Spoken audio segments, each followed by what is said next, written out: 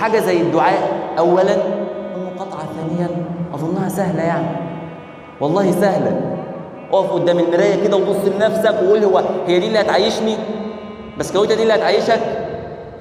شوية البطاطس المقلية اللي في الكيس دول اللي هيعيشوك؟ ركز، الأمر دين والأمر حياة. لو بتفتح أخبار وبتتابع تلاقي كل كام يوم راجل شايل ابنه ولا بنته مقتول.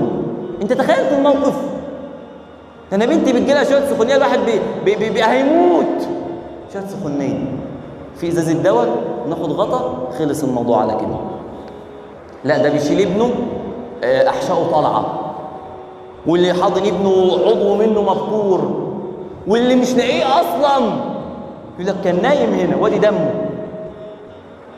وانت مكسل انك تمتنع عن بعض الطعام، عن بعض الشراب، عن بعض الاشياء البسيطه